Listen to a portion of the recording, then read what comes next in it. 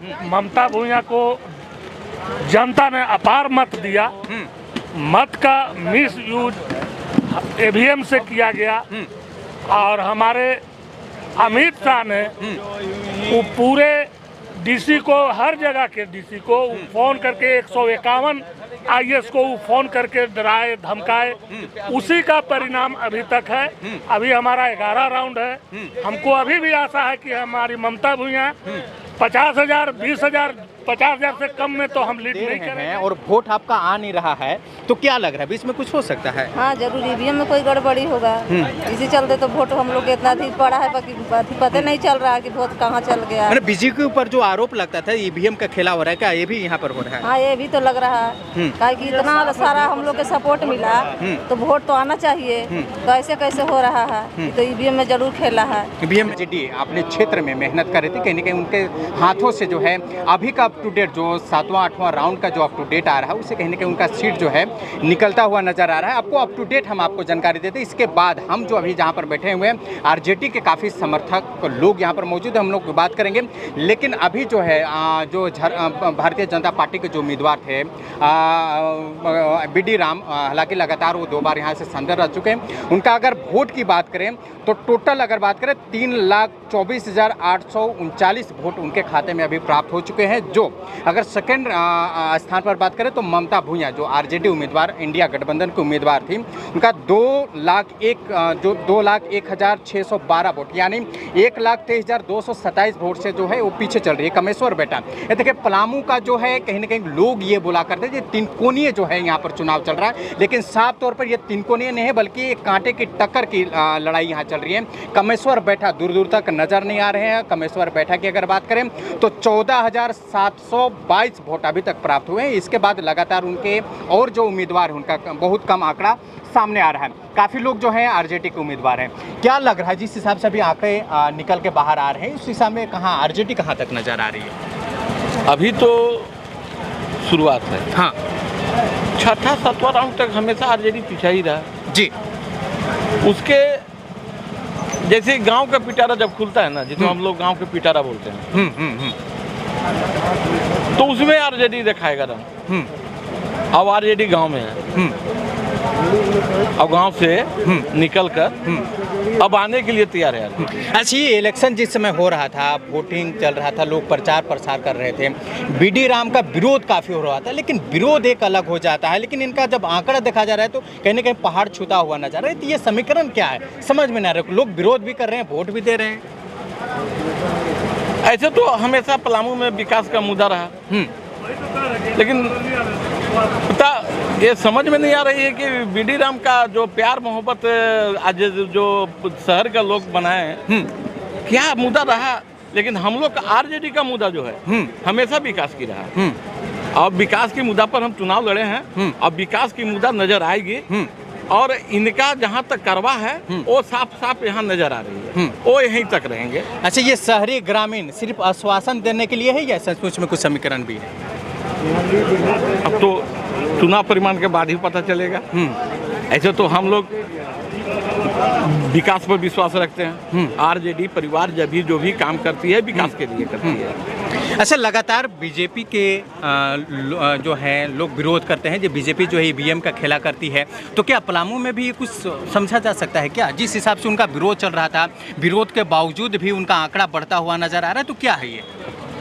देखिए सर, इस पर तो हम कमेंट नहीं कर सकते हैं। हाँ, लेकिन हम ये बोल सकते हैं कि आज जो है जनताओं में जो है कि एक चेंजिंग का माहौल बना हुआ है और जो बीजेपी गवर्नमेंट से जो त्रस्त है, खास करके जो निम्न तबके का और हमारा जो परिवार है, हम लोग जिस पार्टी हमारा परिवार है, इस परिवार के लोगों के साथ कहीं ना कहीं हमारे जो वर्तमान गवर्नमेंट है उससे त्रस्त है।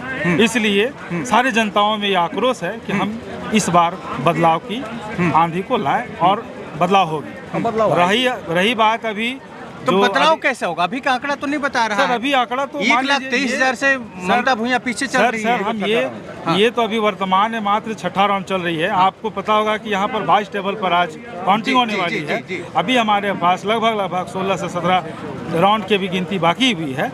अभी तो मेन जगह की जो काउंटिंग होने वाली है, तो बची हुई है। आप लोग को कहाँ से उम्मीद लग रहा है जो वहाँ पर ममता जाएगी तो आगे निकल सकती है? एकदम कौन से निकलेगी क्षेत्र? सर। बस कौन आप से क्षेत्र से? बस सर अभी हाँ। हमें जो जानकारी है शहरी क्षेत्र में, जो शहरी क्षेत्र में है, ये शहरी क्षेत्र का वोटिंग है, इसलिए लोग हो सकता है कि विष्णु दयाल का तो विरोध तो पूरे पलामू क्षेत्र प्रमंडल में जी, था जी, ही, हाँ।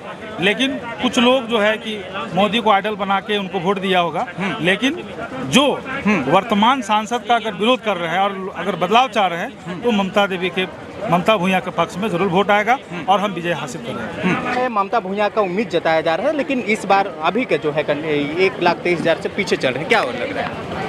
हम लोग को तो पूरा चांस है कि ममता भूया जीतने वाली है। हम लोग भी आस लगा के बैठे हुए हैं यहाँ पर, क्योंकि गांव-गांव में घूम के हम लोग भी अथी किए हैं कि वहाँ पर मैंने ममता भूया का वोट अच्छा होना चाहिए। अब बीच में कैसे ऐसे हो रहा है हम लोग को मालूम नहीं चल रहा है। सब कोई कॉल पे कॉल कर रहा है जहाँ जहाँ हम लोग हुए क्षेत्र में कि क्या ऐसे क्या हो रहा है। अब आगे क्या तो क्या बीच में कुछ गड़बड़ हो रहा है, कुछ खेला हो रहा है क्या? अब तो हम लोग इतना तो नहीं बता सकते हैं कि लोग हम लोग के आगे पहुँच नहीं उतना जानने के लिए। आम पब्लिक है तो आम पब्लिक के तो पहुँचने पर इख्तियार नहीं है आगे क्या हो रहा है। अगर आप वोट दे रहे हैं और वोट आपका आ नहीं रहा है तो क्या लग रहा है बीच में कुछ हो सकता है? हाँ जरूर ईवीएम में कोई गड़बड़ी होगा, इसी चलते तो वोट हम लोग के इतना अधिक पड़ा है, बाकी पता नहीं चल रहा है कि वोट कहाँ चल गया। मैंने बीजेपी के ऊपर जो आरोप लगता था ईवीएम का खेला हो रहा है, क्या ये भी यहाँ पर हो रहा है? हाँ ये भी तो लग रहा है, कि इतना सारा हम लोग के सपोर्ट मिला तो वोट तो आना चाहिए, तो ऐसे कैसे हो रहा है? तो ईवीएम में जरूर खेला है, ईवीएम में खेला लग रहा लग रहा है।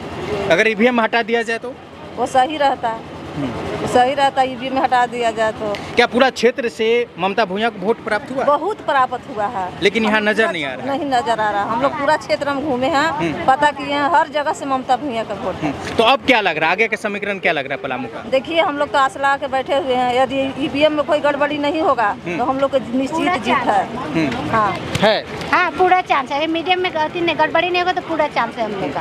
पूरा आस लगा के बैठे हुए हैं। मैंने डायरेक्ट ईवीएम पर आप लोग आरोप लगा रहे हैं, हाँ। जब बीच में खेला हो रहा है। हाँ जनता वोट दिया है तो कहा नहीं ईवीएम में कोई गड़बड़ी है तभी तो। हाँ ईवीएम में कोई गड़बड़ी है तभी ऐसे हो रहा है ना। पब्लिक बहुत वोट दिया है, ऐसा बात नहीं है कि पब्लिक नहीं वोट दिया है, जनता में कोई कमी नहीं। जी क्या कुछ बोल रहे हैं? देखिए पलामू लोकसभा में ममता भूया को जनता ने अपार मत दिया। मत का मिस यूज ईवीएम से किया गया और हमारे अमित शाह ने वो पूरे डीसी को, हर जगह के डीसी को फोन करके 151 आईएएस को फोन करके डराए धमकाए। उसी का परिणाम अभी तक है। अभी हमारा 11 राउंड है।